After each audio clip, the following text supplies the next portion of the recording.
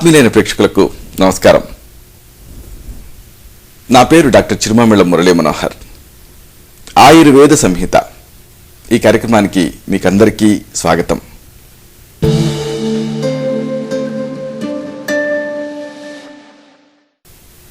ఈ కార్యక్రమంలో ఒక ముఖ్యమైన విషయాన్ని, ప్రాచీన ఆయుర్వేద రహస్యాల్ని తెలుసుకోబోతున్నారు. ఆకలింపు చేసుకొని ఆచరిస్తే ఈ అంశాలు మీ మొత్తం జీవితాన్ని అనూహ్యంగా మార్చేస్తాయి, సంపూర్ణమైన ఆరోగ్యాన్ని తిరిగి పొందేలా చేస్తాయి.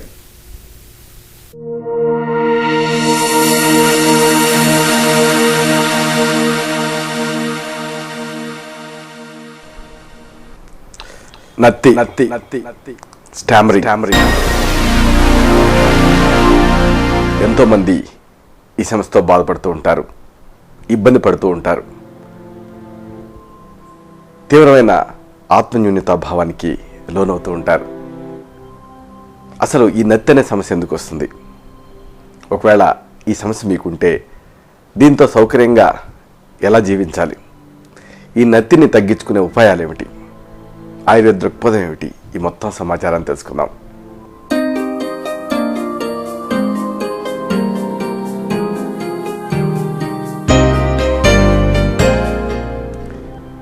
నత్తి సమస్యతో ఇబ్బంది పడేవాళ్ళు తీవ్రమైనటువంటి కుంగుబాటుకి, అలాగే మనోవేదనకి గురవుతూ ఉంటారు. విపరీతమైనటువంటి మెంటల్ ట్రామాకి గురవుతూ ఉంటారు.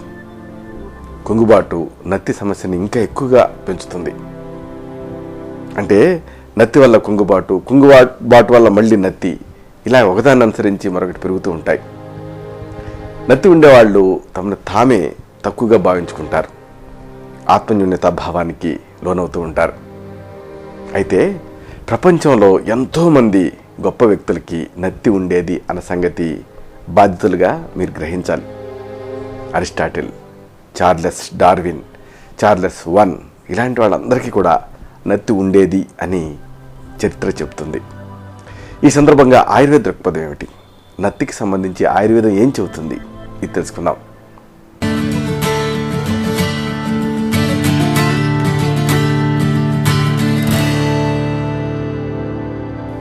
ఆయుర్వేదంలో భాషణానికి సంబంధించినటువంటి వ్యాధుల్ని, అంటే స్పీచ్ డిజార్డర్స్ని మూకత్వం, అలాగే మిన్మినవాతం, గద్గదవాతం, ఇలాంటి పేర్లతో వర్ణించారు.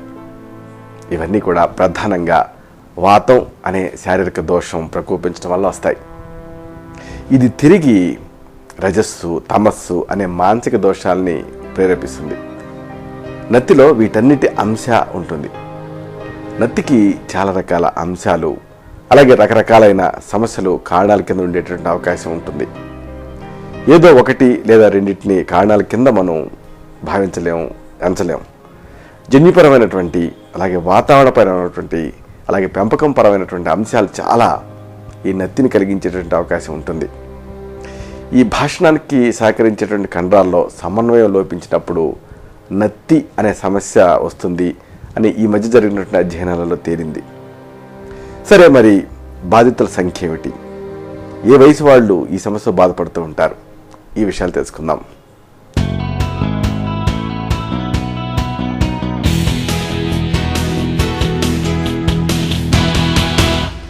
సాధారణంగా నత్తి చిన్నతనంలోనే, అంటే 3 ఏళ్ల నుంచి 7 ఏళ్ల లోపు వయసులోనే బయటపడుతుంది.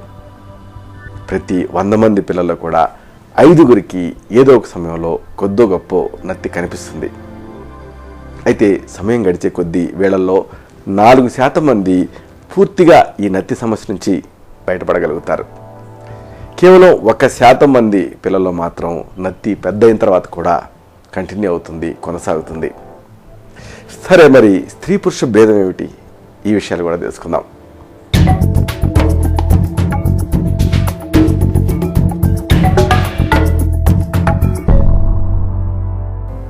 సమాజాన్ని మొత్తాన్ని మనం గమనించినప్పుడు, సమాజంలో స్త్రీ పురుషుల్ని మనం అధ్యయనం చేసినప్పుడు, స్త్రీల కంటే, అంటే మహిళల కంటే పురుషుల్లోనే, అంటే మగవాళ్ళలోనే నత్తి ఎక్కువగా ఉంటుంది. అలాగే కుటుంబంలో, అది కూడా రక్త సంబంధీకుల్లో ఎవరికన్నా నత్తి ఉంటే కూడా నత్తి వచ్చే అవకాశం మామూలు వాళ్ళకంటే కూడా 20% ఎక్కువగా ఉంటుంది. సరే, ఈ నత్తికి సంబంధించి వ్యాధి విజ్ఞానం ఏమిటి? ఇది కూడా మీరు తెలుసుకోవాలి.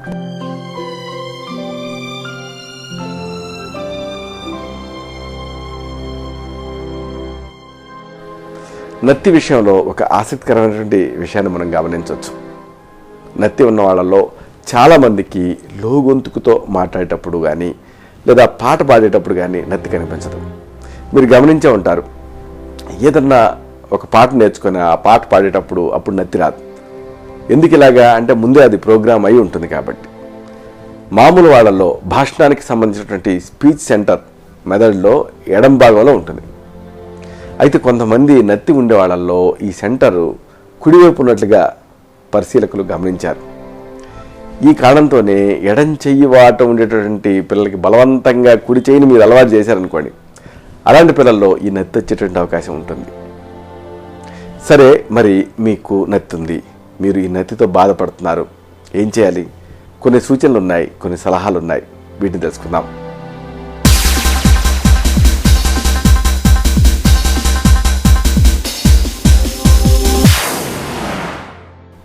ముఖ్యంగా చెప్పుకోవాల్సిన మొదటి సూచన, నత్తి ఒక్కొక్కళ్ళలో ఒక రకంగా వ్యక్తమవుతూ ఉంటుంది. కాబట్టి మీకు నత్తి ఏ రూపంలో వస్తుందో ముందుగా మీకు మీరే విశ్లేషించుకోవాలి. ఆ దిశగా ఆలోచించి సమస్య మీది కాబట్టి పరిష్కారం మీరే పొందడానికి ప్రయత్నం చేయాలి. అలాగే మరొక ముఖ్యమైన సూచన, హడావిడిగా మాట్లాడాలని అలాగే వేగంగా చెప్పాలని ప్రయత్నించకండి. నెమ్మదిగా లో గొంతుకుతో మృదువుగా సంభాషించండి. ఈ మధ్య ఈ రేడియోలలో, ఎఫ్ఎం రేడియోల్లో తోగ్గొచ్చిన మేకల్లాగా మాట్లాడుతూ ఉంటారు. వాళ్ళని చూసి అలాగే చాలామంది మాట్లాడాలని ట్రై చేస్తున్నారు. దీంతో నత్తి ఎక్కువగా వచ్చేటువంటి అవకాశం ఉంటుంది. కాబట్టి మృదువుగా మాట్లాడండి, లో గొంతుకుతో మాట్లాడండి, నెమ్మదిగా మాట్లాడండి, ఓపికగా నింపాదిగా బిహేవ్ చేయండి. నవ్వు ముఖంతో ఒత్తిడి లేకుండా మాట్లాడండి. ఆటోమేటిక్గా మీ నత్తి సమస్య చాలా వరకు తగ్గుతుంది. అలాగే మరొక సూచన, పలకటానికి కష్టంగా ఉండేటువంటి పదాన్ని కానీ వాక్యాన్ని కానీ రోజుకి 4-5 సార్లు రకరకాల సందర్భాల్లో ఉచ్చరించి చూసుకోండి. అంతే కదా, వేదం చదివేటప్పుడు చూడండి, వేదం చిన్నప్పటి నుంచి చదువుతున్న వాళ్ళకి తేలిగ్గా నాలుగు తిరుగుతుంది.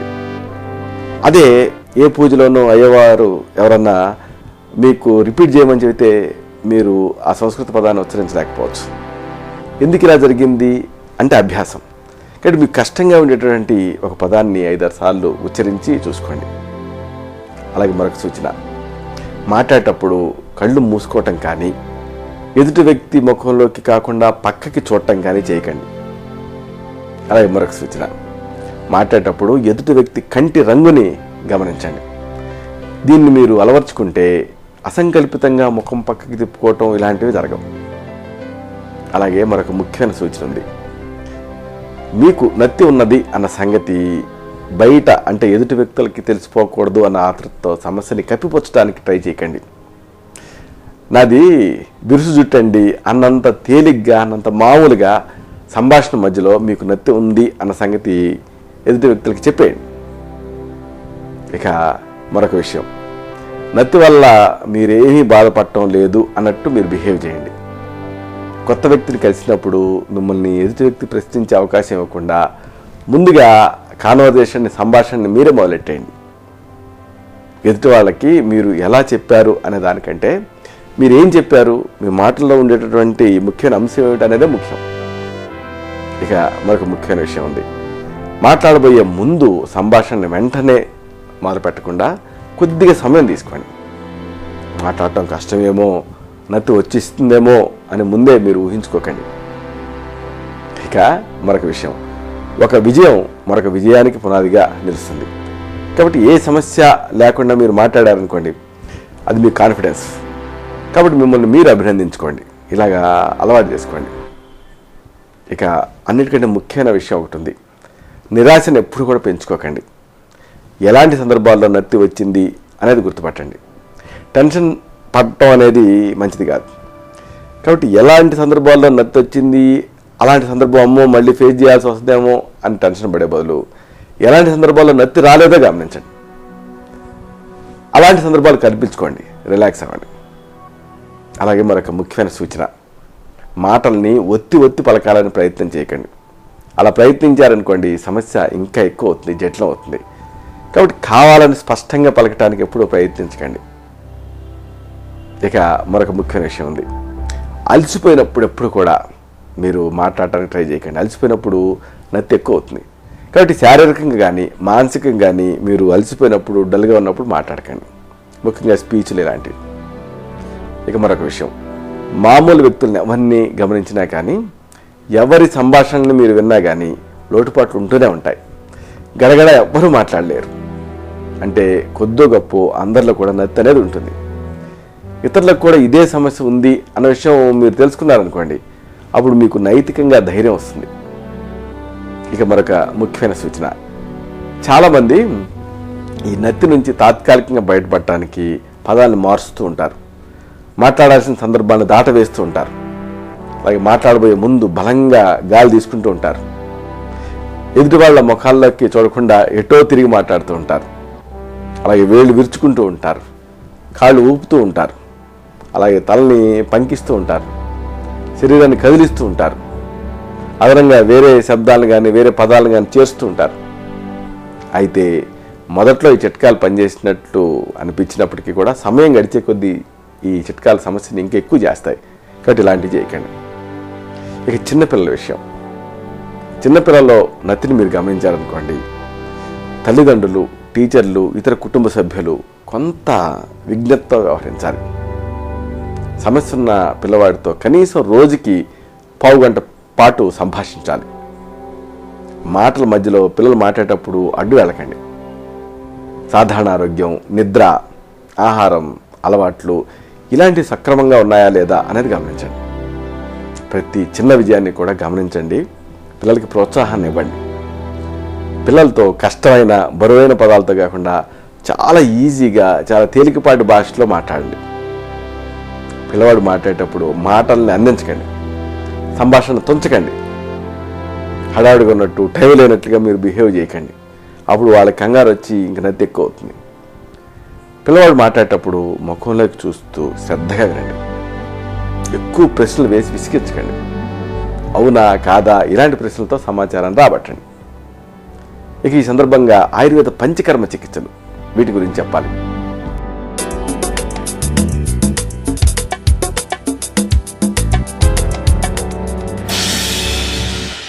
నత్తికి ఆయుర్వేద చికిత్సని దోష ప్రత్యానీకం, అలాగే వ్యాధి ప్రత్యానీకం అని ఇలాగ 2 రూపాల్లో చేస్తాం. వాతాహారంగా పనిచేసేటువంటి స్నేహం, అలాగే గండూషం అంటే ఆయిల్ పుల్లింగ్, ఇలాంటివి అడ్వైజ్ చేస్తూ ఉంటాం. అలాగే శిరోధార అని ఒక చక్కని ట్రీట్మెంట్ ఉంది. అంటే ఈ నుదుటి మీద ధారలాగా ఔషధ తైలాలని పడేలా చేయటం. ఇలాంటి ప్రత్యేకమైనటువంటి ఆయుర్వేద చికిత్సల్ని సూచిస్తూ ఉంటాం. మంచి రిజల్ట్స్ ఉంటాయి. వీటి వల్ల మానసిక ఆందోళన తగ్గుతుంది. త్వరగా ఈ నత్తి సమస్య మీద కంట్రోల్ వస్తుంది. ఇక దీనికి ఆయుర్వేద ఔషధాలు కూడా ఉన్నాయి. వీటిని కూడా తెలుసుకుందాం.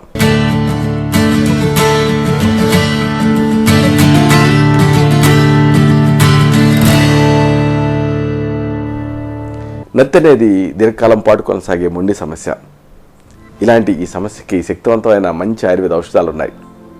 బ్రాహ్మీఘృతం, బ్రాహ్మీవటి, వచాది చూర్ణం, వాత కులాంతక రస్, ఇలాంటి మెదడు తాలూకు హయ్యర్ సెంటర్స్ మీద పనిచేసే మందుల్ని దీర్ఘకాలం పాటు వాడాల్సి ఉంటుంది.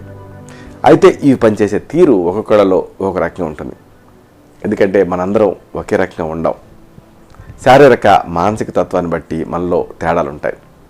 కాబట్టి ముందు మీ నాడిని చూడాల్సి ఉంటుంది, మీ ప్రకృతిని తెలుసుకోవాల్సి ఉంటుంది. అలాగే సమస్య స్థాయి, మీ శక్తి, ఇలాంటి వాటిని బేరీజ్ వేయాల్సి ఉంటుంది. ఇతర వ్యాధుల ప్రభావం ఏ మేరకు ఉంది అనేది కూడా చూడాలి. ఆ తర్వాత ఈ ఔషధాల్లో మీకు సరిపోయే ఔషధాన్ని తగిన పశ్చాపత్యాలతో, సరైన అనుపాన సహపానాలతో, సరైన మోతాదుని, నిర్ణీతమైన కాల వ్యవధిని నిర్ణయించి సూచించడం జరుగుతుంది. కాబట్టి మొత్తం మెడికల్ రికార్డుతో వచ్చి కలవాల్సి ఉంటుంది. ఇలాగా ఈ నత్తి సమస్యని, దానివల్ల వచ్చేటటువంటి ఇక్కట్లని సంపూర్ణంగా, సునాయాసంగా, నిశ్శేషంగా, నిస్సంశయంగా జయించవచ్చు.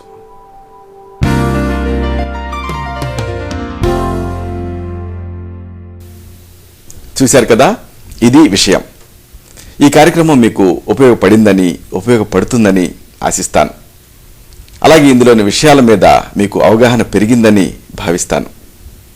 దీనిలోని విషయాలు నలుగురికి చేరేలాగా, 10 మందికి ఉపయోగపడేలా మీ వంతు సహాయం మీరు చేయండి.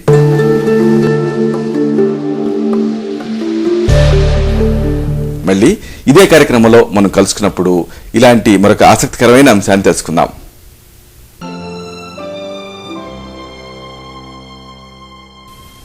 శతం జీవ శరదో వర్ధమానః, శతం హేమంతాన్ శతం వసంతాన్. 100 శరత్తులు, 100 హేమంతాలు, 100 వసంతాలు వర్ధిల్లుతూ జీవించండి.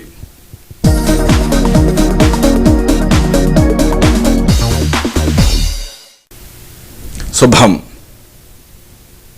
డాక్టర్ చిరుమామిళ్ళ మురళీ మనోహర్, ఎండి, ఆయుర్వేదం, Raksha ayurvedic centre, Saradhi studios road, opposite state home, Ameerpet, Hyderabad 73. Phone 9177445454.